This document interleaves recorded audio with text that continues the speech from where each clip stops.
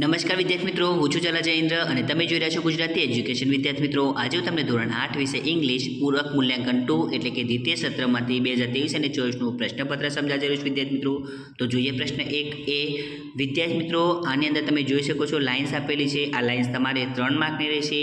આ લાઇન્સ તમારે જોવાની રહેશે અને નીચે એના પ્રશ્નો જે આપ્યા છે એના આન્સર તમારે આપવાના રહેશે. તમે જોઈ શકો છો કઈ રીતે છે. હવે એના પ્રશ્નો અને આન્સર તમે જોઈ શકો છો. જે વિદ્યાર્થી મિત્રો સ્પીડમાં નથી લખી શકતા એ સ્ક્રીનશોટ પાડીને પછી શાંતિથી સારાક્ષર લખી શકે છે. બેની અંદર વિદ્યાર્થી મિત્રો ટ્રુ અને ફોલ્સ આપેલા છે. ટ્રુ અને ફોલ્સ પણ તમારે 3 માર્કના રહેશે. કયા કયા ટ્રુ ફોલ્સ આપેલા છે તમે જોઈ શકો છો. સીની અંદર તમે જોઈ શકો છો સેન્ટેન્સ આપેલા છે. સી તમારે 2 માર્કનું છે. તમે જોઈ શકો છો બંને.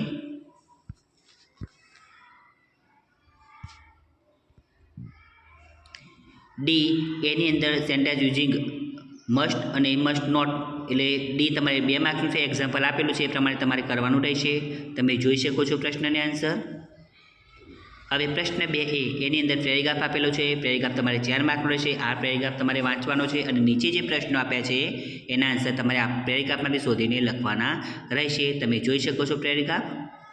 હવે એના પ્રશ્નોને આન્સર જોઈએ આપણે. ફરીથી જણાવી દો, જે વિદ્યાર્થી મિત્રો સ્પીડમાં નથી લખી શકતા એ સ્ક્રીનશોટ પાડીને પછી શાંતિથી સારાક્ષર લખી શકે છે. તો વિદ્યાર્થી મિત્રો 2 પ્રશ્નોને આન્સર છે અને વિકલ્પો આપેલા છે 2 તમે જોઈ શકો છો. હવે બેની અંદર પણ તમે જોઈ શકો છો રાઇટ વુ સાઇડ એન્ડ વુ લિસ્ટેડ. તો આ બી તમારે 2 માર્કનું છે. સી પણ તમે જોઈ શકો છો ખાલી જગ્યા આપેલી છે. બ્રેકેટમાંથી જોઈને તમારે લખવાની છે. એક્ઝામ્પલ પ્રમાણે તમારે કરવાનું રહેશે. હવે ડીની અંદર પણ તમે જોઈ શકો છો એમાં જે બ્રેકેટ આપે છે એમાં જોઈને આન્સર લખવાના રહેશે. ડી પણ તમારે 2 માર્કનું રહેશે. હવે પ્રશ્ન 3 એ એની અંદર જે રાઇટ કરવાનું છે એ કરેક્ટ ઓપ્શન જોઈને તમારે કરવાનું રહેશે. પ્રશ્ન 3 એ છે તમારે 3 માર્કનું રહેશે. તમે જોઈ શકો છો. હવે બી એની અંદર પણ ટ્રુ અને ફોલ્સ આપેલા છે. બી પણ તમારે 3 માર્કનું રહેશે. હવે સી એની અંદર પણ ખાલી જગ્યા આપેલી છે. ખાલી જગ્યા તમારે બ્રેકેટમાંથી શોધીને લખવાની રહેશે. સી તમારે 2 માર્કનું રહેશે. ડીની અંદર વિદ્યાર્થી મિત્રો તમે જોઈ શકો છો હાઉ મની અને હાઉ મચ એમાંથી તમારે હાઉ મની અને હાઉ મચ તમારે લખવાનું રહેશે. ડી પણ તમારે 2 માર્કનું છે. હવે પ્રશ્ન 4 એ તમે જોઈ શકો છો. પ્રશ્ન 4 એની અંદર complete the following sentence, select the correct option. પ્રશ્ન 4 એ છે તમારે 2 માર્કનો રહેશે. હવે બી એની અંદર પણ વિદ્યાર્થી મિત્રો વિકલ્પો આપેલા છે તમે જોઈ શકો છો.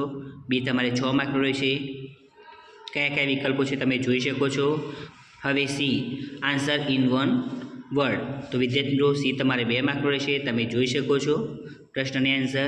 તો વિદ્યાર્થી મિત્રો તમને મારી વિડીયો પસંદ આવ્યો હોય તો વિડીયો લાઇક કરો, કમેન્ટ કરો, શેર કરો અને સબસ્ક્રાઈબ જરૂર કરો. ધન્યવાદ.